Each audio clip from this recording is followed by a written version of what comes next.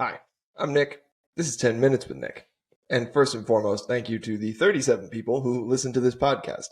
It is because of you that I get up in the morning and sit in front of my computer on a microphone. Seriously, though, I appreciate you guys tuning in and listening and making me feel like my thoughts and chaotic inner monologue are being listened to by somebody. The fact that you seem to enjoy it and have stuck around makes me positively giddy. Positively giddy. So today is 10 Minutes with Nick, and it's also kind of 10 minutes with Nick while Nick has coffee. And because of that, we have sort of a plethora of new ideas. We have a bonanza of boggling concepts bopping off the top. I didn't have a B word for concept, so I just sort of said concept. We're going to talk about today that most skittish of natural creatures, that most misunderstood. We're going to talk about the single male. Today, ladies and gentlemen, is the rarest of days. I'm going to offer some advice, insights, and wisdom, not to the boys that I usually offer advice to. It is to the ladies. Ladies, join me at my table. Sit down. Let's have a chat. Let's talk. Guys, you can hang around too if you're there. But if not, take the day off. This is 10 minutes on dating for the ladies. Ladies, why did I lead off and say that most horrid of creatures, the young single male, is also the most skittish of creatures? Well, we often find that to be the case when we think of, for example, insects. Insects tend to be both very skittish and quite horrifying to look at. But for the sake of all of our mental images, I'm going to refer to the young men that you are seeking to date and seeking to have court you as the red panda. Yes, the red panda, that adorable little creature from Southeast Asia that looks like a mix between a fox, a raccoon, and maybe a panda, because it's a little bit fat. It's a little bit chunky. It's got a little bit of chonk to it. C-H-O-N-K, in case you're wondering how to spell chonk. Now, why do I call men the red panda? And no, this is not in conflict with my last podcast where I told you that guys tend to sheepdog girls. They still tend to do that, but that is because of this inherent nature of men, not as a result of this inherent nature of men. I've often talked on this podcast about how a lot of behaviors that we may think are crazy or whatever are really just based out of fear. And the answer is, in dating, it's almost always based out of fear. Why is that? Why, thank you for asking, hypothetical straw man. I'm happy to answer. Look, the reason I call men skittish in the dating world is because, truthfully, we're terrified. We're the ones who get rejected. We're the ones who get said, not today.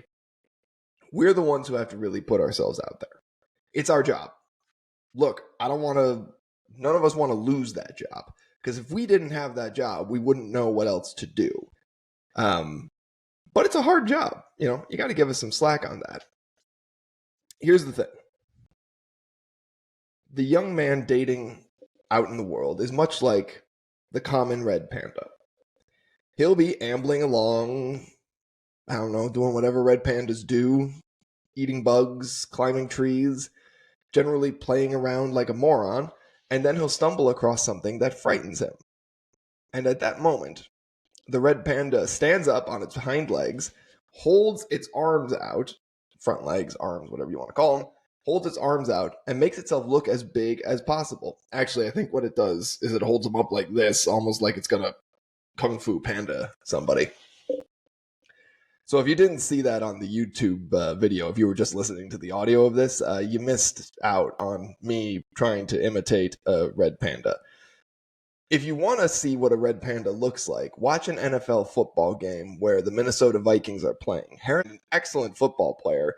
He has something my older sister calls the red panda rush. Now, in fairness, she doesn't know football very well, but it is quite funny what she refers to, because if you see a side-by-side comparison, what he's doing does actually look like a standing red panda. So the red panda, so Harrison Phillips does this to bat the football down, to clog passing lanes, and to sack the quarterback. The red panda does this to scare off predators. And we've all seen videos of red pandas surprised by something like a rock they didn't expect to see, and they rear up and they try to scare the inanimate object that is the rock. But why do I say that this is men? Well, because when men, and I'm saying this in the dating world specifically, so when men see a girl that they like, they're attracted to, they rear up. They make themselves look bigger than they are, because they don't want the girl to know they're frightened. Yes, inside most men trying to ask you out, most men, I'm going to say most, is a frightened young boy who had to ask his first girl out and got told no in a harsh way. She laughed, or she said, "Oh, you're so adorable." All those are equally hurtful. But the men have to put themselves out there, and they look big and tough so that, you can, if they've been raised right, they make themselves look big and tough so that you can safely reject them without feeling bad. So all this to say, I haven't given you any advice yet, and you might be sitting here wondering, well, how does this apply to me? Well, first and foremost, this advice will not apply to you if you are what they call a girl boss, an alpha babe. It won't apply to you if you're an Instagram girly. Definitely won't apply to you if you're an OnlyFans girly. Look, when guys are doing this, the advice I'm giving you, they're putting themselves out there. You don't have to meet them halfway, but meet them part of the way. I'm not like, don't play games. In today's day and age, there's enough games played by enough people all the time, everywhere. It would be nice for the guys if they just didn't have to sort through the games in the dating world. Now, putting a boundary down is not playing a game. Saying, no, I don't want to sleep with you on the first date is not playing a game. Saying, no, is not playing a game. That's a boundary. Those should be put down, and you should absolutely protect yourselves. But 90% of the guys in the world are not the bad men. That doesn't mean that we shouldn't address those bad men. That doesn't mean we shouldn't plan ahead for those bad men. But 90% of men in the world are not them. So if you like a guy and the guy likes you back, if a guy likes you and asks you out and you think he's cute and you want to go out with him, meet him. Don't meet him halfway, but meet him. Maybe meet him 20% of the way or 30% of the way. Obviously, the guy still, if the guy puts himself out there, he's done 60, 70, 80% of the work. And what does this end up looking like practically? I don't know. It's going to depend for everybody's situation.